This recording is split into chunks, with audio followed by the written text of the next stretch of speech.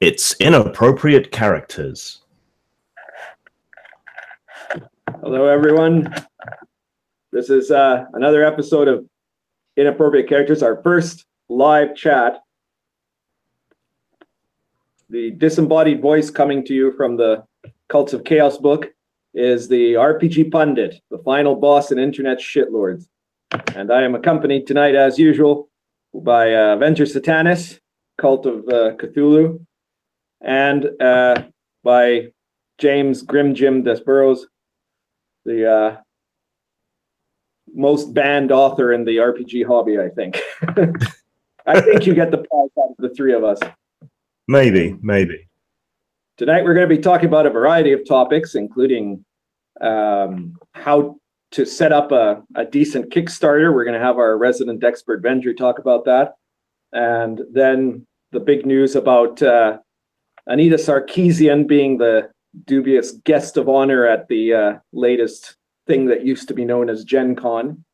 And finally, chat about gaming as adults, in as much as any of us are actually qualified to talk about that. Or I guess it should be called really gaming when you're gray-haired rather than adults, but we'll do our very best. And on top of that, we'll be taking questions from all of you if you have any. If there is anyone in the chat right now, I can't even tell, but we've got Grim checking that. And, yeah, probably watching the chat. I guess if there are any questions, great. So, to start us off, Venger, you had some thoughts for people that I think might be interesting for anyone who's listening, who might be thinking of, might be trying to make their own game or game products, and like me, have no idea about any of these things. Would you care to share with us a bit about your thoughts on Kickstarters and what to do about them? No, I'm good. Sure. That sounds like a good place to start. I just launched my 15th Kickstarter earlier today, and it's another Alpha Blue release. I call it a supplement because it's it's a variety of things. It's not just scenarios, and it's not just campaign setting, or just a book of random tables or scenarios, but it's kind of a grab bag of a lot of things. I like that variety in a product I'm buying, and I like writing in that kind of style with a lot of things going on because it stops me from getting bored. If I just had to focus on one thing for an entire book, it would get tedious after a while. So, yeah, I wrote the name down because it's long and kind of complicated, but it amused me, and that's why I picked it from 20 or 30 or so that were suggested in this poll. So it's called Alien Ass, Hydrogen Gas, or Cosmic Grass. No one warps for free. So, that is quite the title. Yeah, when I read that, I was like, yes, I would not have come up with that on my own. And that's kind of something I wanted to go with, something that was just like, not something that would have just come naturally to me, but came from outside, as if Cthulhu himself had handed it to me on his tentacle or something. So there's a lot of pictures, especially of girls. I think I got one picture of a dude. The rest are all hot chicks. And, I think you know why. Sex sells. Most gamers are male. And even the female ones, probably appreciates a good-looking broad with nice breasts, nice butt, good figure, things like that. It never ceases to amuse me that of the three of us, I am by far the one with the cleanest rated art in my books. That's, I can't say that about too many people, so that's just blows my mind. I mean, sex sells, and it's like an untapped kind of market. You know, sometimes you see a good cover or like juicy interior art or something mildly salacious about maybe the title or an angle for, you know, a scenario or a campaign setting or something like that. But usually gamers kind of hold off on that. You know, they're a little more conservative or prudish in that way. And that kind of left a wide open territory for me and for Jim. Yeah. It didn't used to be that way, though, did it? But now it's this underserved sort of area. Exactly. I famously once described the Rift RPG and pretty much everything Palladium has ever done, right, about being the ideal sort of format to appeal to 14-year-old boys, right, which is big robots, giant guns, and occasional boobies, right? That's the model to follow for RPGs, I think.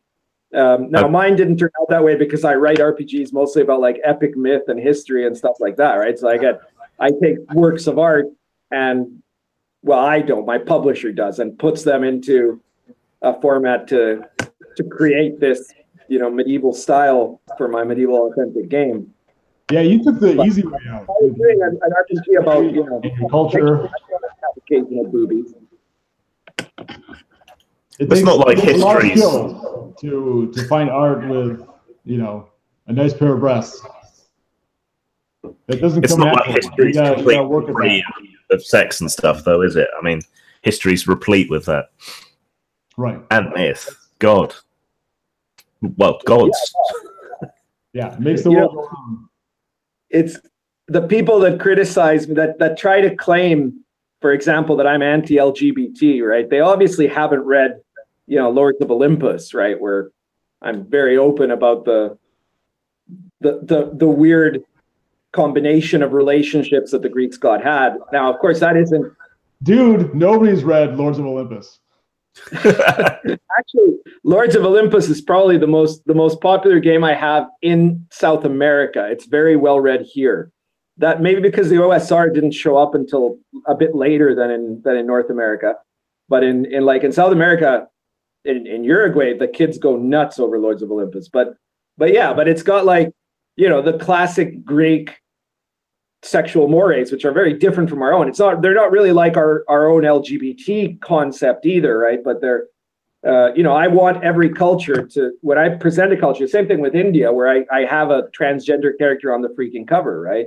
I want the culture to be represented correctly in the setting. I don't want every setting to look like Seattle in 2018, right? Or to have those values. I want to have the values that they are meant to have.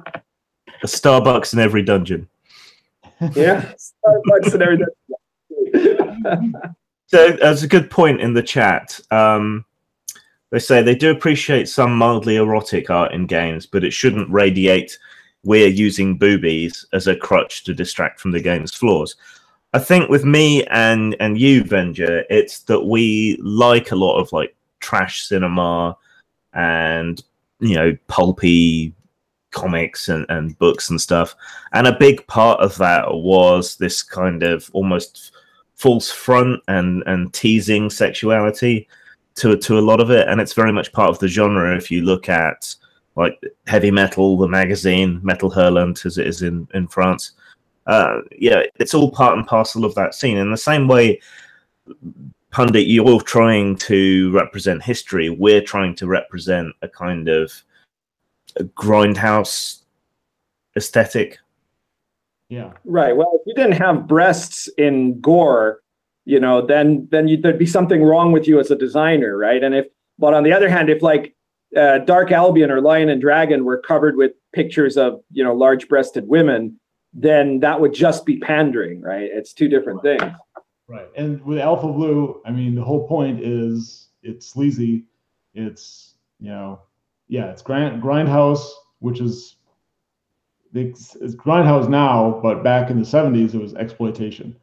Exploitation is kind of, you know, a dirty word now, but exploitation cinema, I mean, that's what it was called. You got your Last House on the Left and Ilsa, She-Wolf of the SS, and maybe some your zombie movies, your blaxploitation kung fu movies, or basically giving the audience what they want, but doing it. Fenja, how many Kickstarters, crowdfunding things have you actually run now, and have you got any like hints or tips for anyone? Yeah, this is 15. So you got to have some good art, like I said. With this current one, there's some ladies up on in the pictures. In fact, I had one guy ask me, like, I noticed you have a lot of like great pinup art on your Kickstarter page, and he asked, "Is that stuff going to be in the book, or did you just use that as window dressing?" I'm like, "Yes, I bought and paid for all that stuff." And that's just the stuff that I can show, because it's not, too extreme. It's not safe for work. But so yeah, artwork is good. Reasonable rewards.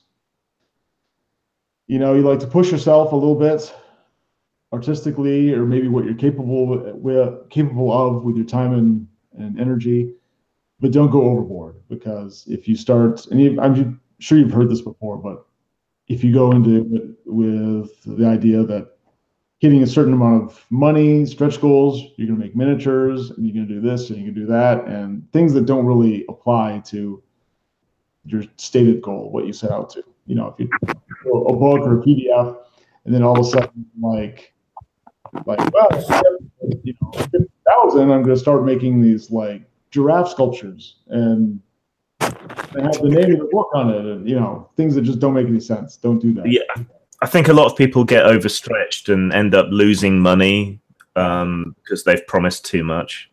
Yeah, I read an article about, like, I've never done a Kickstarter, right? And I'm not really planning to, but the one thing of advice that I would give anyone that's planning to, and based on what I've observed, is make sure you've finished writing your whole book before you even start the Kickstarter, because otherwise, and I consulted on a Kickstarter, which was Raiders of Riley.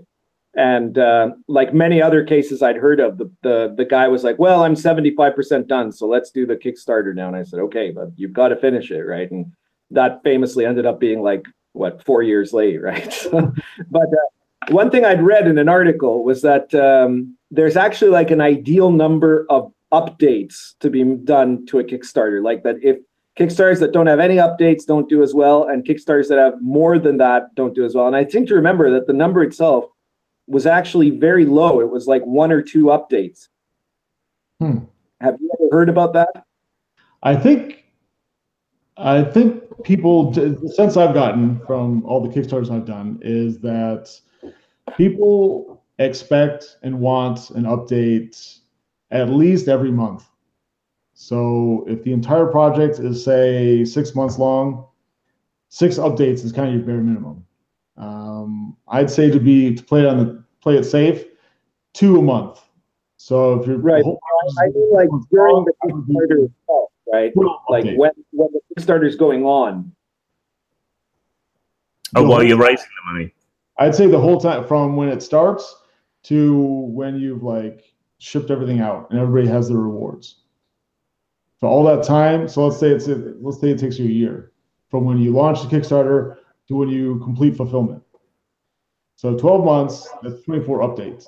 I think that's very reasonable, and that's kind of a goal that people should set, because you don't give people any information, or you wait too long to get back to them, and they get worried, they get pissed off. But if you're like messaging people every 3 or 4 days, I think that's too much. Then it starts to feel like spam, or like you're their friend and you're just like chatting and hanging out, and maybe you're not that serious about the business, the work, like getting it out there, finishing it, making sure people have it.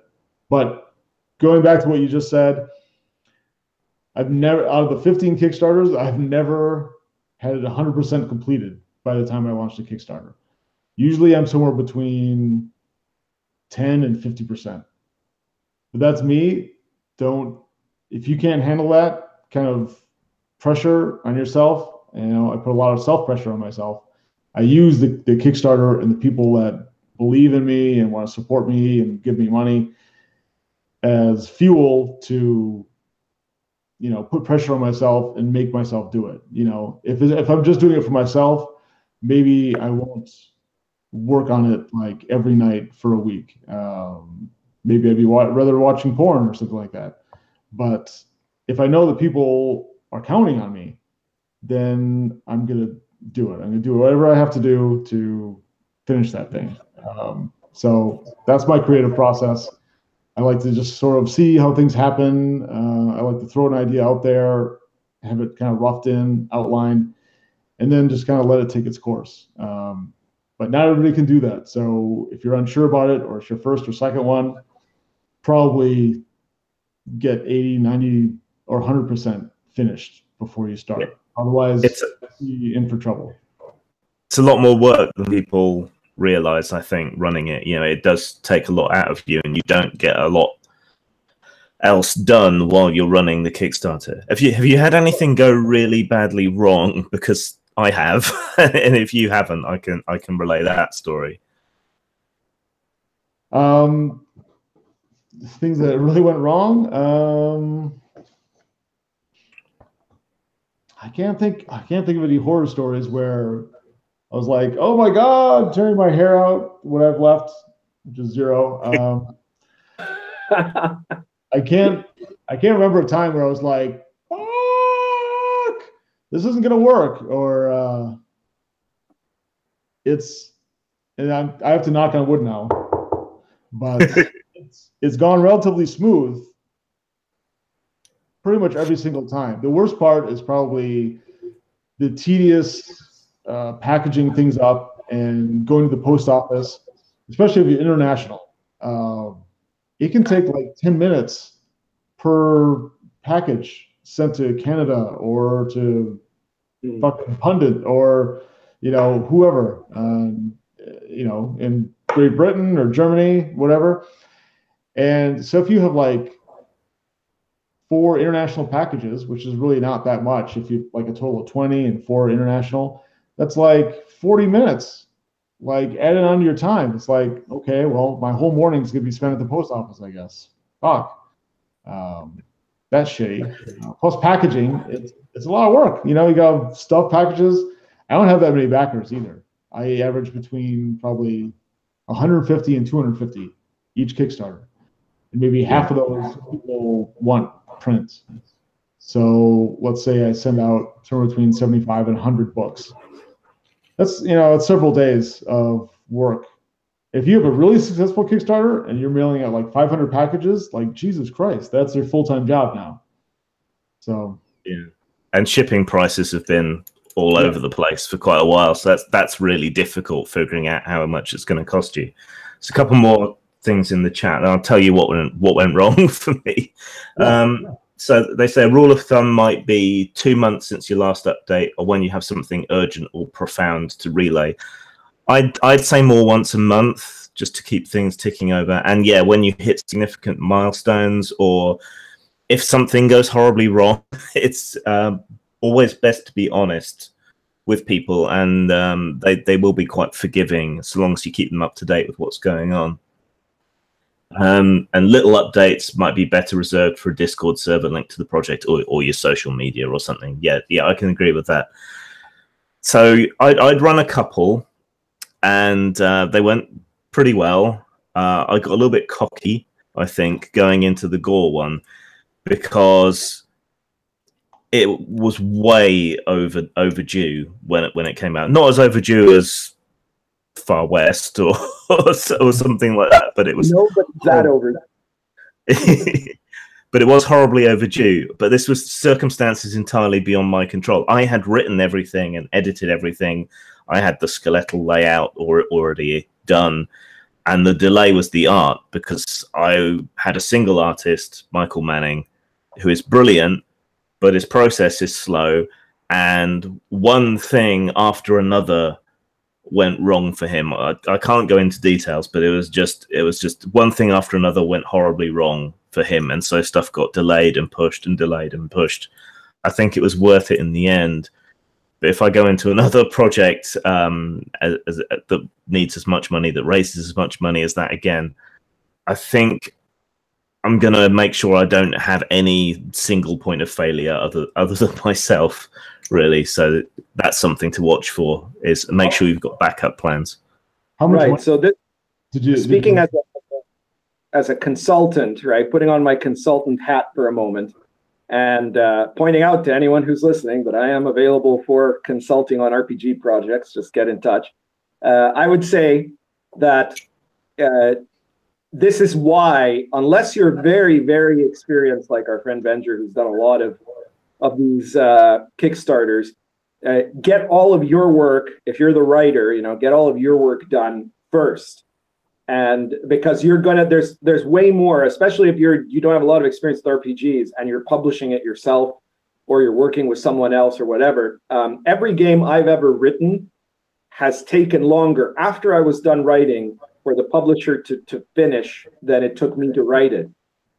Sometimes like a year more, right? So it's the post-production in an RPG. If it's going to be a decent looking RPG, if it's not just going to be some piece of junk with no art, it's a large amount of post-production. And if you don't have your own stuff out of the way first, then that just slows everything down, right? And it's sometimes hard to predict, in your case, Grim Jim, that there can be unexpected problems with other people, and sometimes you can't help them. But you'd be better off at least making sure that your own, to be Petersonian about it, that your own room has been cleaned already.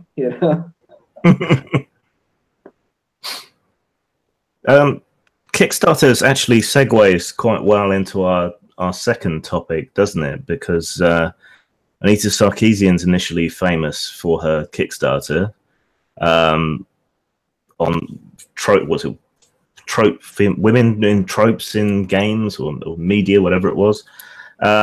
She raised a huge amount of money, well over $100,000, never fully delivered on everything that she said she was going to, and the last few things were really short and late. But do you want to sort of take us into that, Pundit? Let me introduce this to you, because incredibly, when I mentioned this as a topic, Venger, you said, "Who's Anita Sarkeesian?" So I guess that there might be people that'll be listening to this that don't know who she is.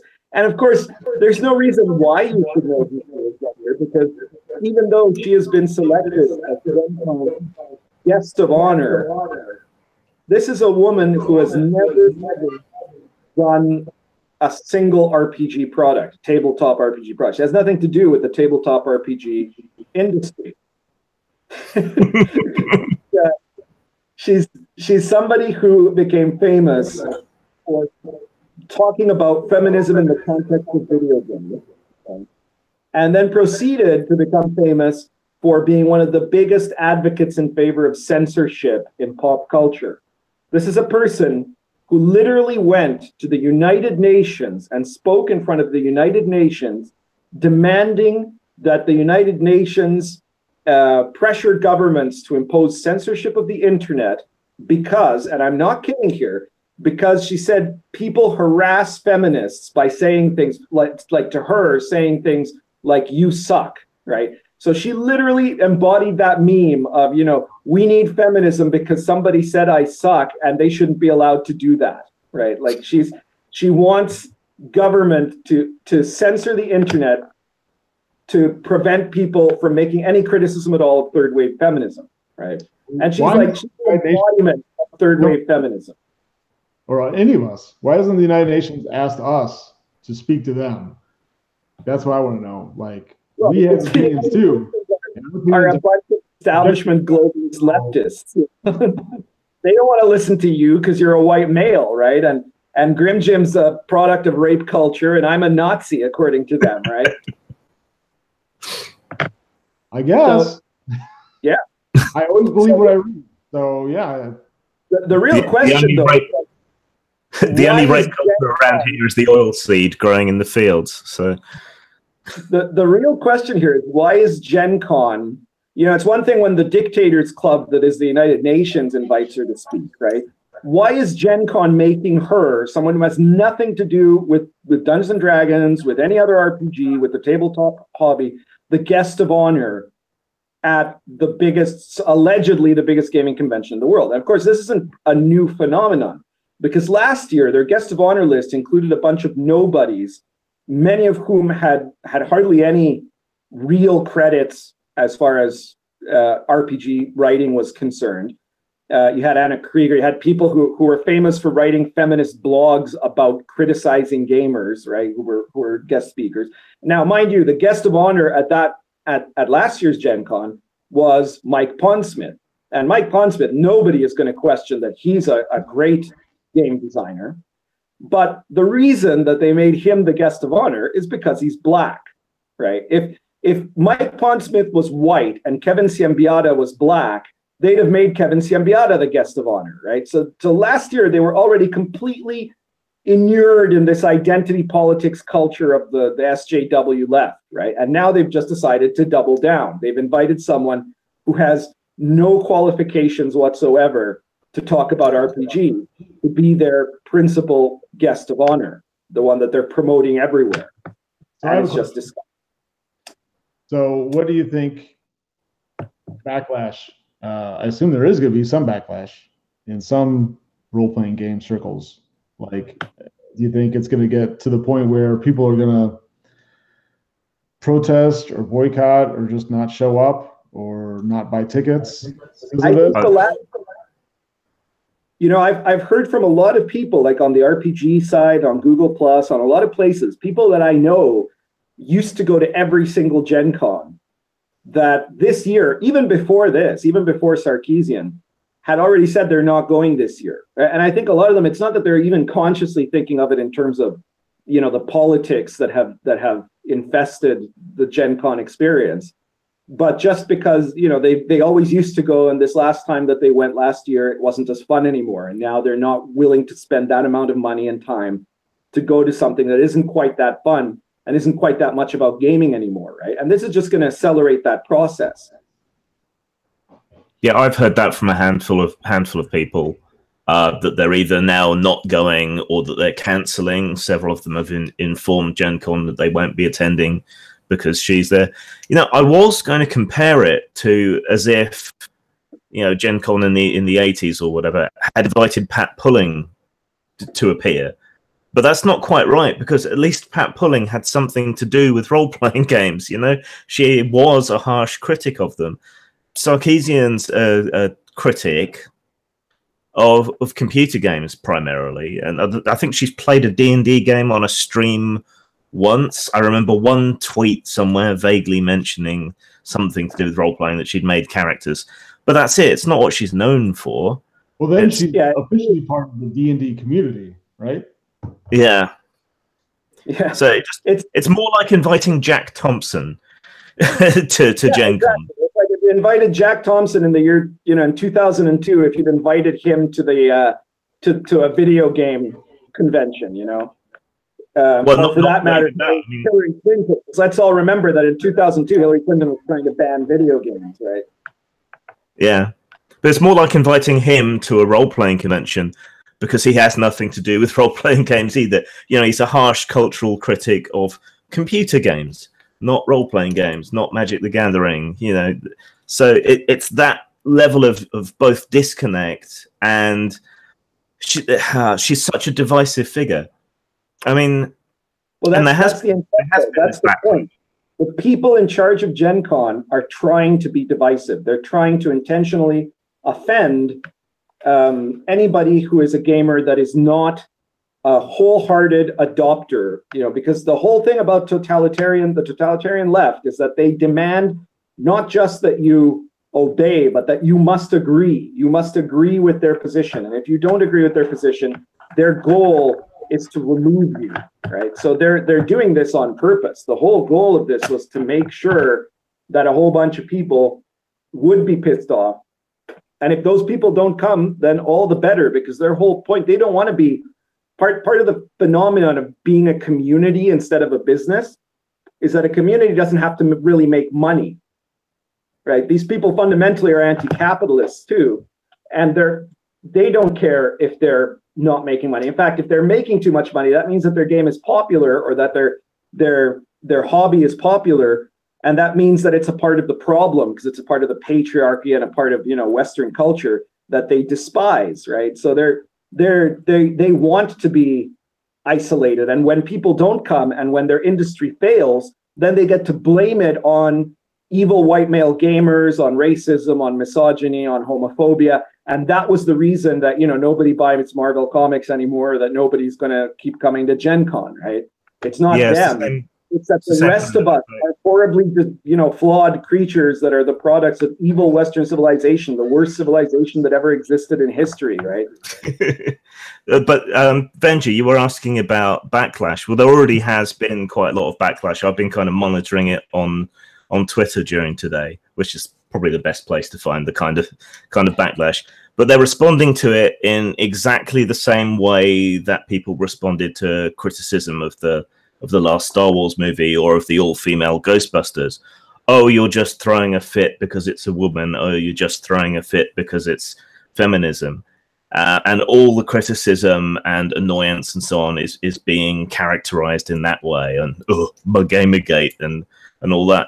So they're not listening to anyone. It's anyone who speaks up is automatically, I don't know, a cishet white male evil oppressor and can be safely ignored.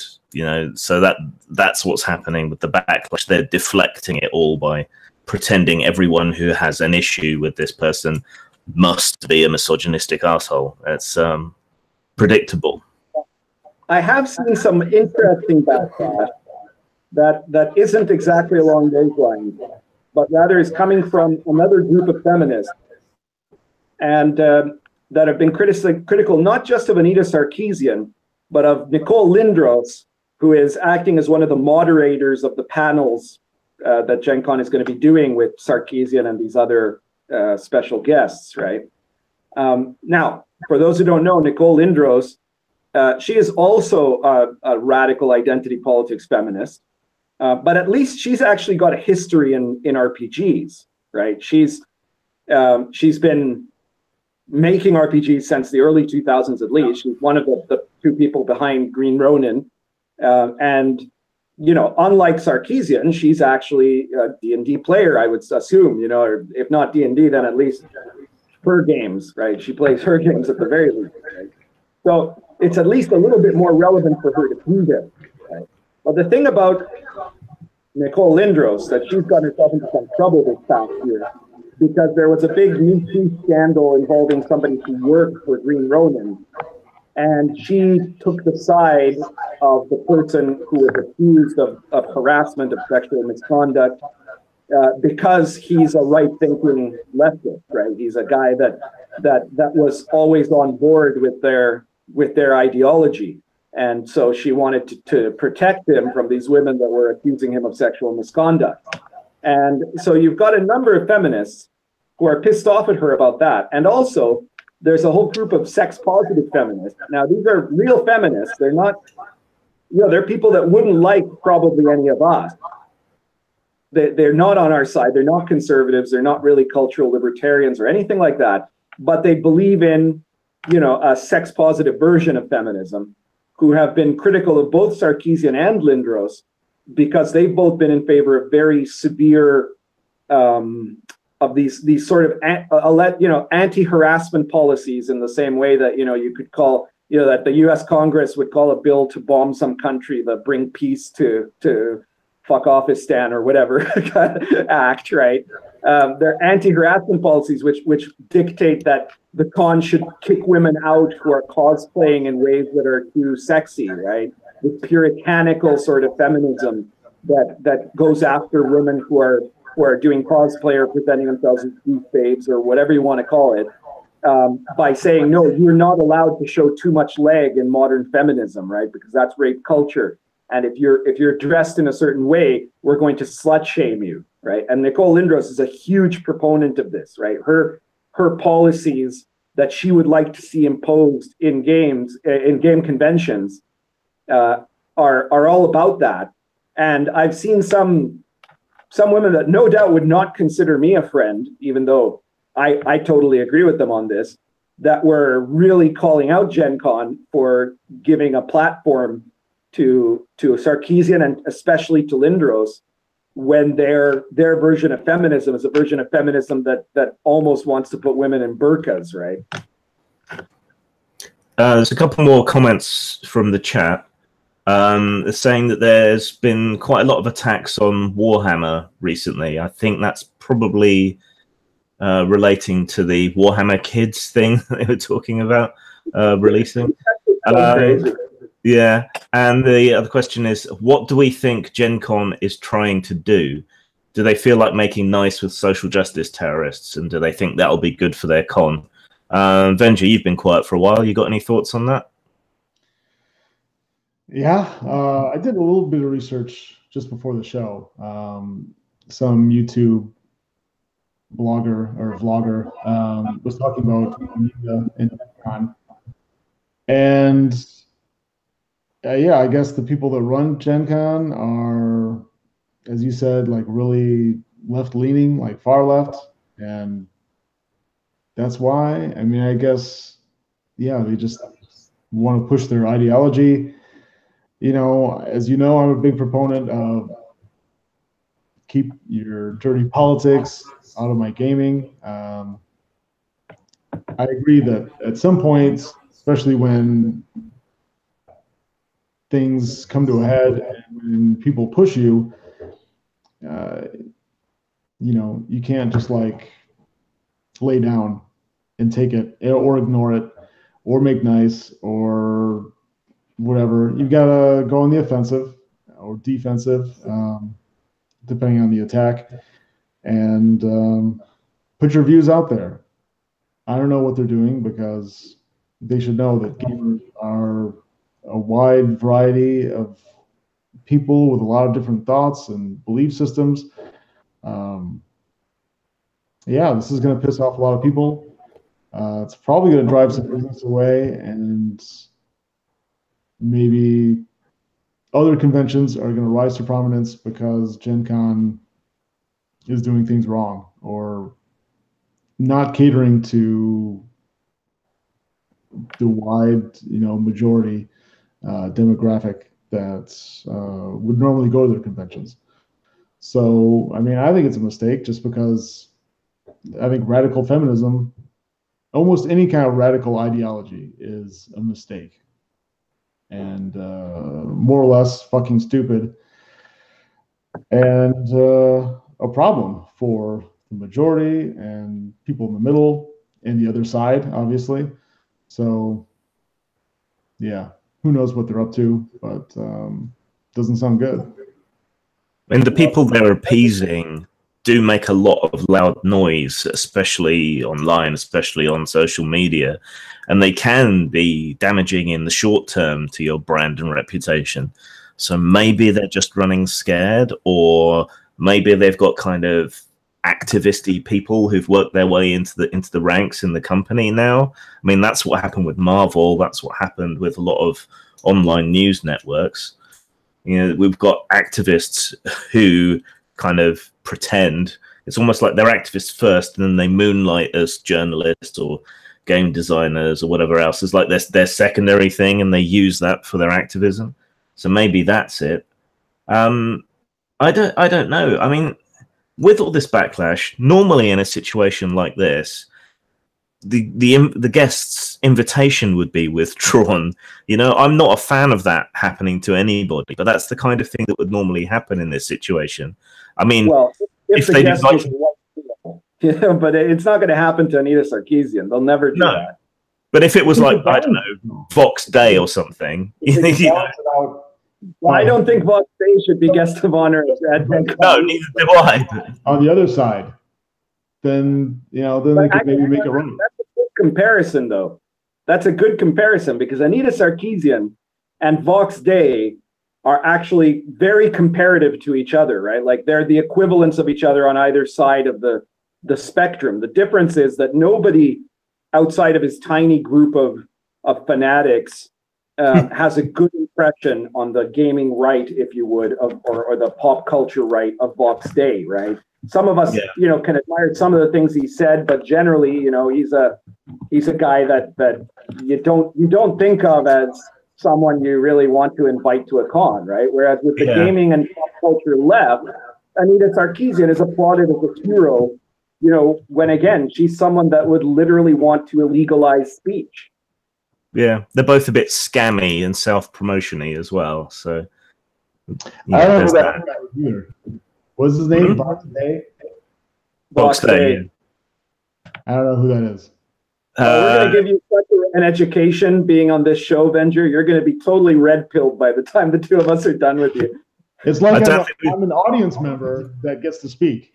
I don't think we've got time to go into Vox Day, especially, but yeah, he's kind of not today, but you know, I was going to say, first of all, that I think Warhammer Games Workshop doing Warhammer Kids is almost as bad an idea as if, you know, Grim Jim did Gore Kids or something like that. Almost that bad of an idea.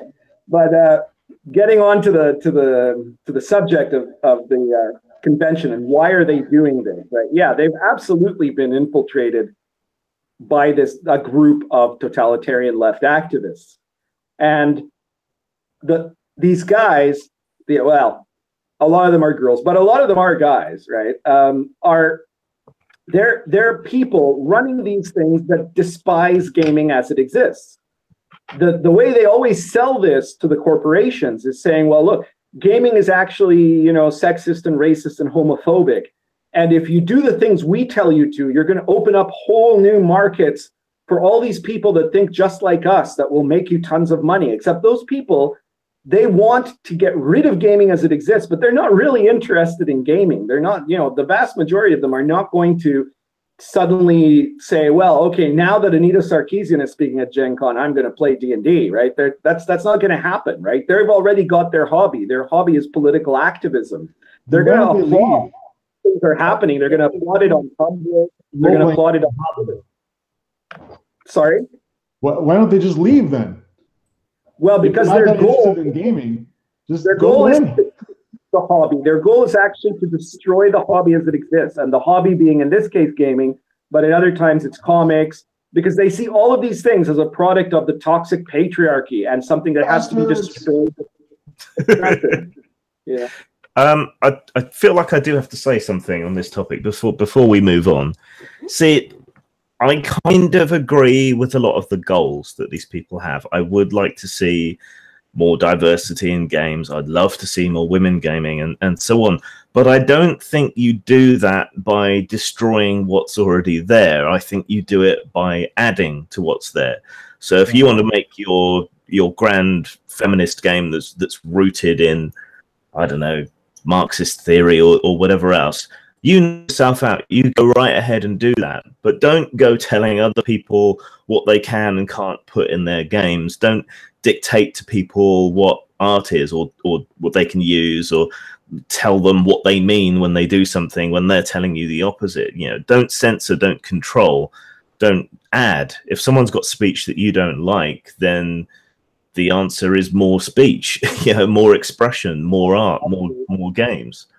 And so my objection is very much rooted in what they're doing, you know, not necessarily their goal.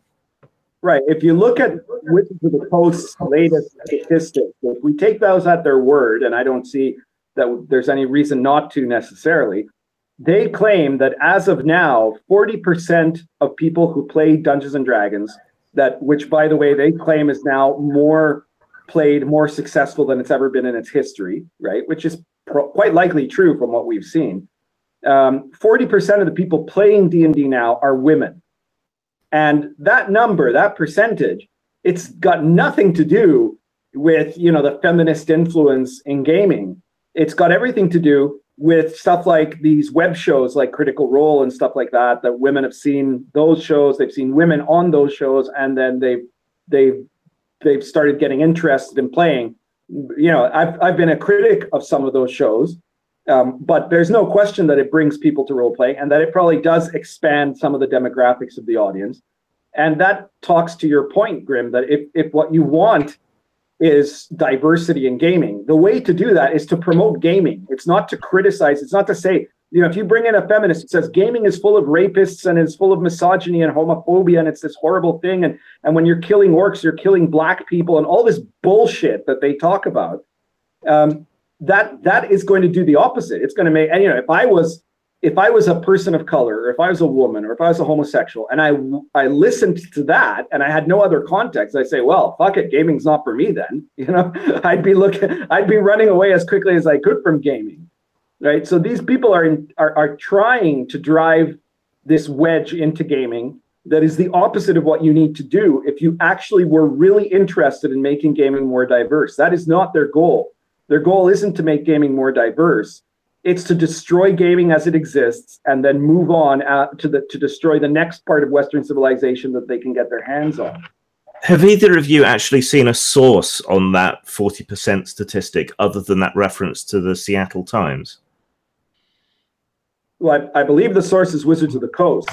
Yeah, but that's the only article I can find a mention of it in, and it's only just like an aside, but everyone's taking it like, Moses came down from the mountain with 40% of women on graven stone and showed it to everybody.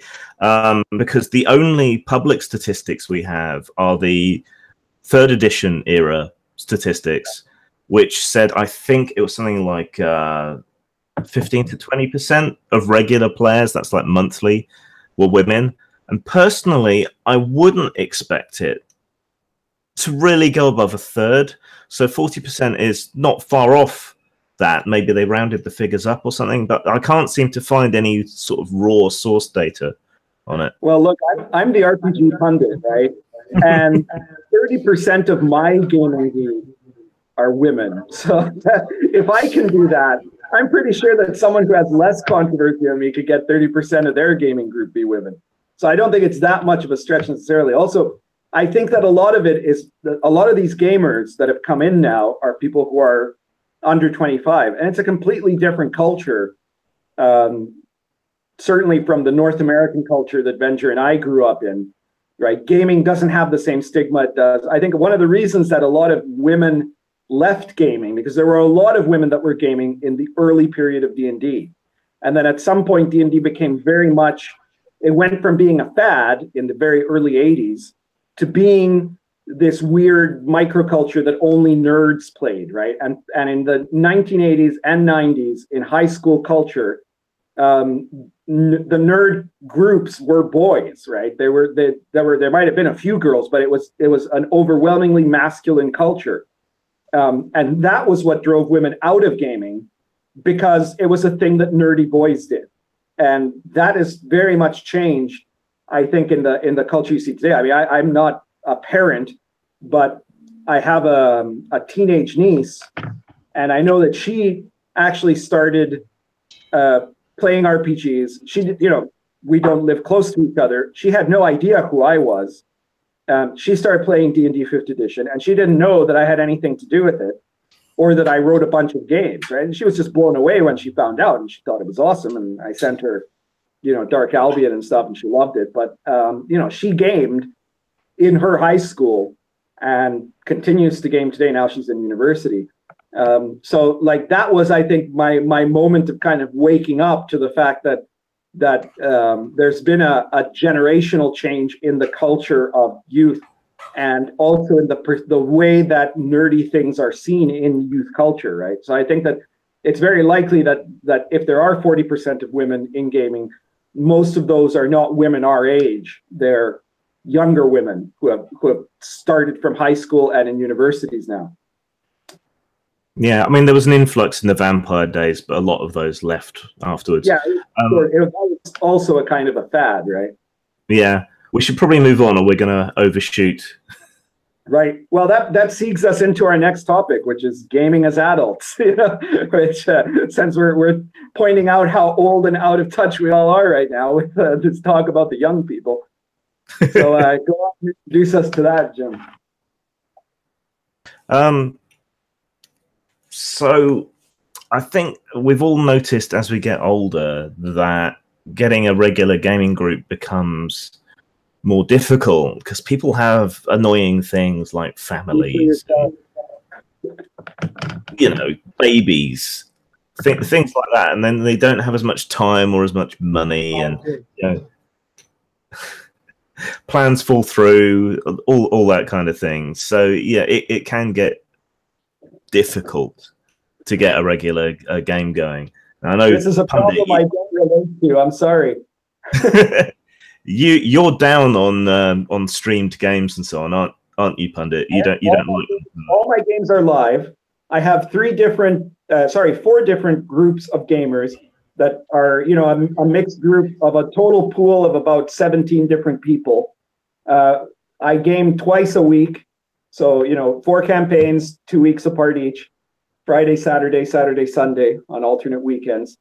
My smallest gaming group has 5 players. My largest one has 8. 30% of my gamers are women. Several of them are married. In fact, I have in my Dark Albion group, I had a couple that they were dating at the start of the Dark Albion campaign. They got married during the course of the Dark Albion campaign. They had a baby. And when they had a baby, they took about a month off, and then they started coming back to the game right after that, right? So, I don't know, maybe I'm just a really good GM, but I've never, ever had a problem getting gamers. And that baby was named Dark Albion. Yes, or Arthur. Well, okay, so yeah, you're fine, but the rest of us aren't necessarily, you big gaming slut. Right. Okay, so what you were saying, Jim, is it's extremely difficult as you get older, which is unfortunately true. That also makes it more special, which is one of the saving graces of getting together, especially live, play, weekly, semi-weekly, whatever. I know that my free nights are very few and far between, which makes them so precious that not only do I put my heart and soul into each session, each game, but if I know that I'm going to do something on a Friday, I'm already looking forward to it by like Monday or Tuesday, and I'm thinking about it, and maybe I'm preparing in special ways, or maybe I'm just savoring it as it gets closer and as it's happening. And I'm not going to blow it off unless something dire happens. If one of my kids has to go to the hospital, or if I break both my arms or something like that, then yeah, I'll or if I'm deathly ill, I'll have to cancel. There's no way around that. But barring something like that, I'm playing balls out, turning it up to 11, and it wasn't like that when I was younger. When I was younger, playing, I don't know, Teenage Mutant Ninja Turtles or Star Wars West End games or D&D or whatever. Sure, there was a lot of joking around and screwing off, and I enjoyed it, but I don't think I enjoyed it as much, or I didn't appreciate it like I do now. Like now, my appreciation is like up to here, but before, I was like, oh well, I could do this, or I could go see a movie or whatever. Doesn't matter. But now, when I get the chance, it's important to me, and so I want to do that and do it to the best of my abilities. And it's a rare treat, to gather your friends around, and they're in maybe their 30s and their 40s, maybe even 50s. It doesn't happen all the time, and so we may not be here tomorrow. And mortality, creeps in as you get older. You got to know that you only have X amount of sessions left in you before.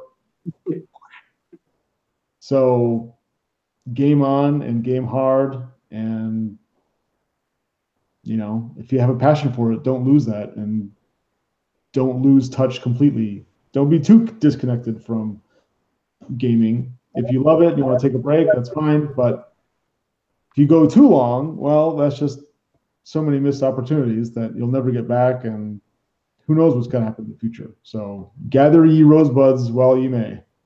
I have 3 questions for you, Venger. First of all, does your wife role play? Second, are you going to be one of these guys? I know you have a ton of kids, and they're all quite young right now. But when they get a bit older, are you going to be one of these guys that runs games with your kids? And if so, are you going to make some annoying blog and/or YouTube show about it, like some others have done? And third, are you going to run Alpha Blue with your kids? Okay. I'll try to. My memory is shitty, but I'll try to remember and answer those questions. Okay, my wife. While we were dating, she did play. I was running a semi-terrible third and probably a combination of 3.5 and 4th edition D&D, because that's back then. And she did play. She played a wizard, and she had that wand of magic missiles, and every time it was her turn to act, like, doo-doo-doo. But then when she got pregnant, she realized she didn't have to pretend to like gaming anymore. And so she stopped playing pretty soon after that. And okay, question number 2. Yes, I am gonna introduce. I've already role played a little bit, like a very stripped down version of like D&D with my 2 older girls. We only played like 2 or 3 sessions. It was fun. It lasted about an hour. They did not take character death well at all. They were mad at me that one of their characters might have died. I kept telling them, like, it's like a video game. It's not you. It's just your character. Maybe you can get resurrected, or you can do something like that, or make a new character. It's not a big deal.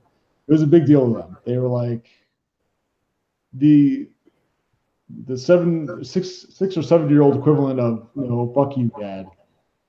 That's bullshit. So it was like that level of. Will I play Alpha Blue with my children at some point when they're adults? Yeah, you might not want to answer that, because that could get you in trouble.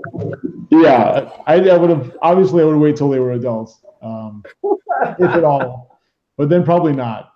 It'd be the same question as like, oh, would you ever go to a strip club with your kids? Like, maybe if they were 21 and they wanted to go with me. Not sure why, but if they did, maybe. I mean, it's a possibility, I guess. I think that's it, right? I think that was all of it, I think. Oh, hey, before I go, just in case my wife comes in and gives me the look, so maybe Jim can put, like, when this is up on YouTube, the link to the Kickstarter below. But for the Kickstarter and the link and everything else, the name has been shortened to No One Warps for Free. So the book will be that whole long title, the alien ass and all that stuff. But No One Warps for Free is the short version, and that's the name. That's the link, the name on the Kickstarter. So if you want to find it, look at all the naked girls. They're not really naked, but well, some scantily clad. But anyway. Are you leaving us early? I probably have like a minute left. Yeah, it's 8:29. Oh. But bedtime. I gotta get my sleepy. Really? You're in the earliest time zone. My God, bitch. I mean, poor Grim Jim. It's like, what, 2:30 in the morning where he is. 2:30 a.m., yeah. But I have to get up at like 4:30 tomorrow because of my 18-month-old twins. So. Yeah, I agree about making gaming more of an event. My regular group only meets up every month and a half. But we spend like 2 days solid gaming, and we certainly raise our game with like background music playlists and mood lighting and decent food, things like that. Pizza? Do you eat pizza? Not so much anymore. We used to. I don't think we've had pizza at the session for a couple of years now. So, wow. Curry, Uruguay Chinese. So we actually order in from, like, I'm in one of the coolest neighborhoods of the city here. It's like called Montevideo Soho, and it's got all these trendy restaurants all over the place. So we're always ordering fancy stuff. Like still, you know, food that you can eat at a gaming table, right? But you know, if it's burgers, it's the fanciest version of it and whatever. It's of course prices for food here are a lot lower than they would be in England or in parts of the States. I don't know about Venger's part of the States, but you know, in some places it's very expensive there. Here it's cheap. Pizza? Or we don't do pizza here usually. I mean, there's a big pizza culture, but like, I can't remember the last time our gaming group ordered pizza. A lot of empanadas. We do get a lot of empanadas. It's super cheap. I mean, you could pay $20, you know, $25 a pizza if you want. If you want to go to a specialty place, but you could also get a good pizza for $6. So, yeah, and that's my parole officer. So I do have to leave. We'll say good night. All right. See you later. Everybody, that isn't me. And good show, guys. Yeah. See you on the flip side. See ya. Questions from the audience, and then we'll finish up. Yeah, I'll just check if there's any more questions. So if anyone's got any last-minute questions, throw them in. Well, I saw people are thinking of their questions. I saw a question that was on the chat here that somebody asked for me. How much do I expect players to know about a historical setting to make the experience satisfying? And the answer that I give is basically, I don't expect my players to have any historical context. I've run a lot of historical games, right? Right now, well, I'm running Lion and Dragon, and I ran Dark Albion, and both of those are set in, you know, a fantasy version of real world medieval Europe. I've run Arrows of Indra, which is, of course, Indian myth, and my Wild West campaign, which is set, it's a completely non-fantasy, non-magical, just purely historical game set in the American West, and lots of other games before that. And generally, I guess this is the advantage of being a historian, right? I do a lot of research into it. You know, a lot of them are time periods and cultures that I've already studied. And the trick to it is, you know, no one wants to sit down for a history lecture or something like that, or to be expected to read a bunch of books or watch documentaries or something before playing, right? So I expect that a lot of my players will not have a profound knowledge. And you treat it in many ways the same way that you would introduce a group of newbie D&D players to a D&D setting, right? Which is that you start local, you start small, and you gradually build it up in the process of playing, the knowledge of what their characters would know, how they should act, what the world is like. I at the start of every adventure, I might give them a couple of historical tidbits of things that are going on in that time. And so it's an immersive experience. I had some players, I ran a long time ago a campaign set in Imperial Rome that was this kind of multi-generational campaign that went all through the Julio-Claudian dynasty.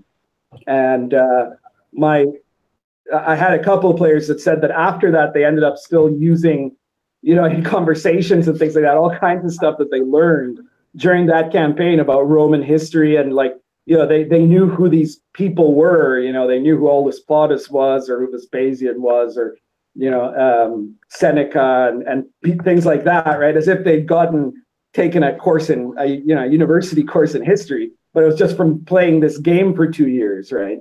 I think that's the way you should go about running a historical setting. You never want to like front load a bunch of culture wank on your players.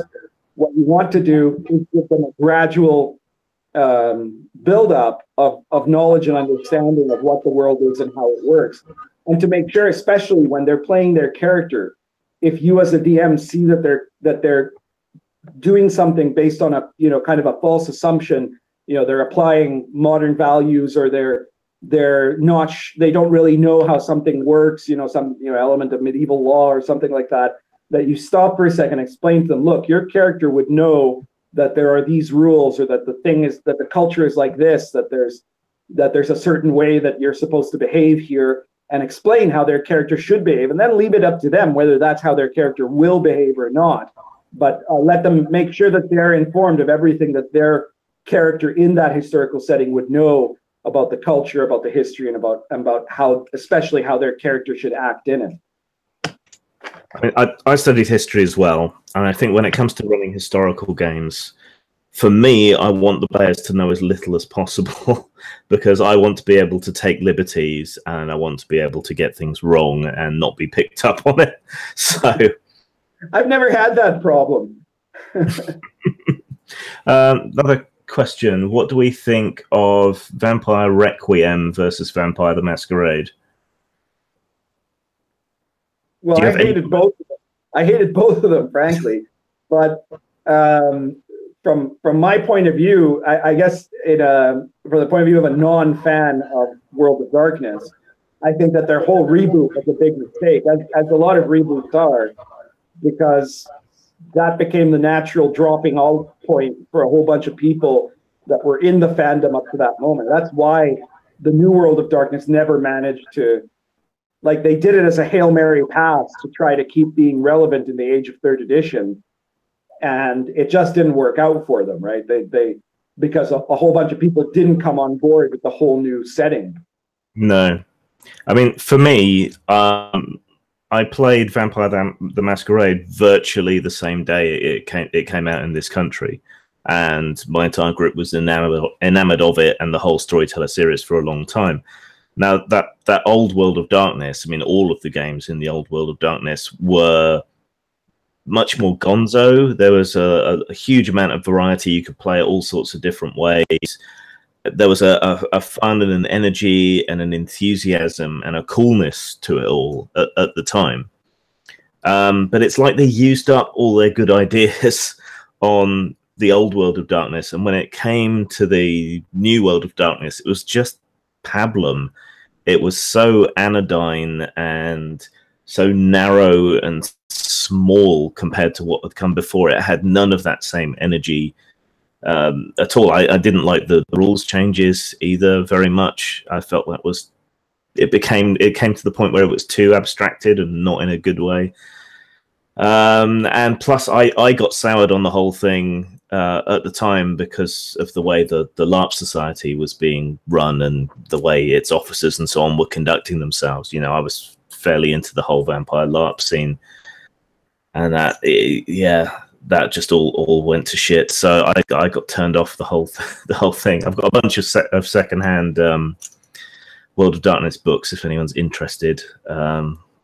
Yeah, let me know. I'll have to dig around. I'm trying to get rid of them because I'm just that turned off.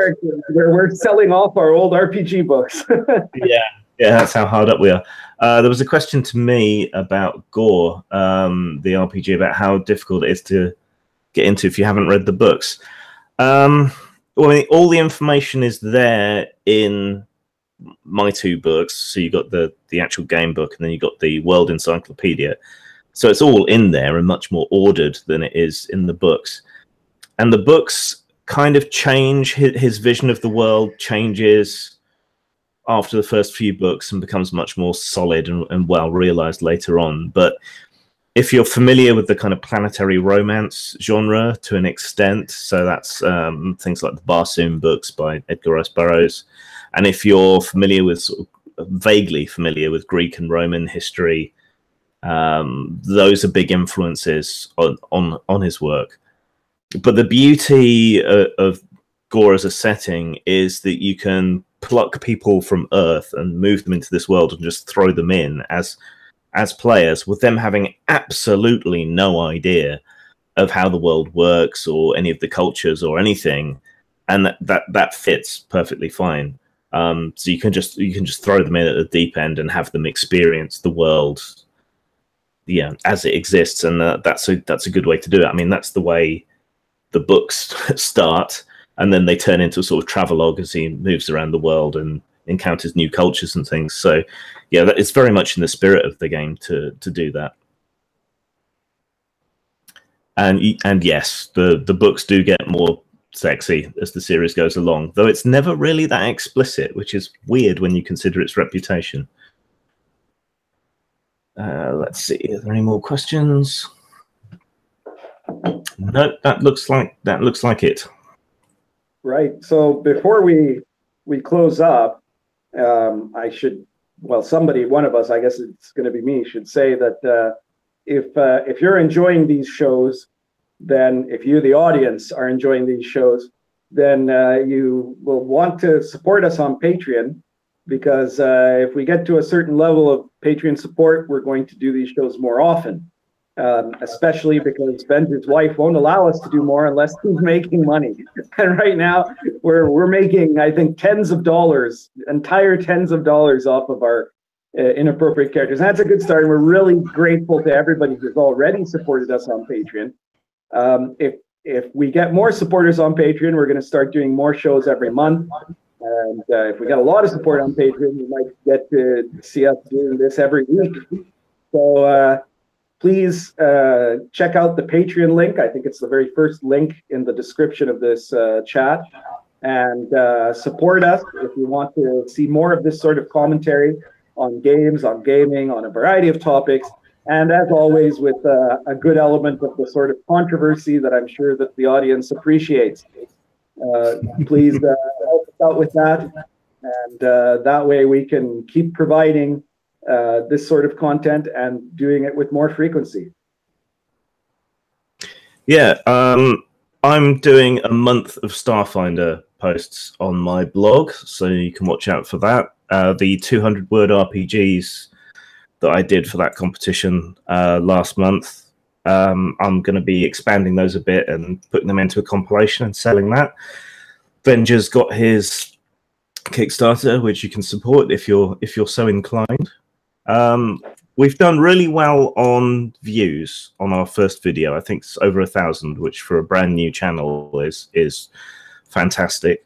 But we do need more subscribers as well. So please, if you're watching this, spread the word to your role-playing groups and your friends and so on online, and encourage them to subscribe, because in order to monetize the channel, we need, which means we can start taking payment from chat and we can get adverts on. We need to have over 1,000 subs. I don't think we'll have a problem hitting the watch time target, but the subscribers is an issue. And if you do subscribe, make sure you hit the little bell. Otherwise, you won't necessarily get reminders that there's a show or that a video's been uploaded or whatever else. Right. I've heard, unfortunately, that in some cases, channels belonging to controversial, in other words, people that the leftists running Google don't like, well, sometimes you'll be magically unsubscribed or you just won't get notifications. So do hit that bell. And like Grim said, if let's say you can't support us on Patreon, another great way to support us is to share these videos on your social media, to make sure other people find out about it. That's another big way you can help us. So get these videos out there, get people watching them, and that way we get more people subscribed. If you're watching and you haven't subscribed yet, be sure to do so. Always going on about leftists, and here's me, a nice cuddly leftist. You're lucky I don't take umbrage. Well, I'm not. I don't think you're the kind of leftist that would get a job at Google. Probably. Yeah, and buy Lion and Dragon, buy Dark Albion: Cults of Chaos. I changed up my cover today. This is an incredible book for creating all sorts of evil sects, cults, witches, heretics, demons, dark elves. All of that is in here for your medieval authentic experience. You don't need to have Dark Albion or Lion and Dragon necessarily to use this book, but of course you should get Lion and Dragon and Dark Albion as well. Okay, I think we're done then. Shall we sign off? Well, my only closing thought is that I think the one great bombshell of this episode that has become clear to everyone is that I am the winner out of the three of us in person who role plays the most in real life. I get the crown. Well, good night, everyone. On that bombshell, good night to you. See you next time.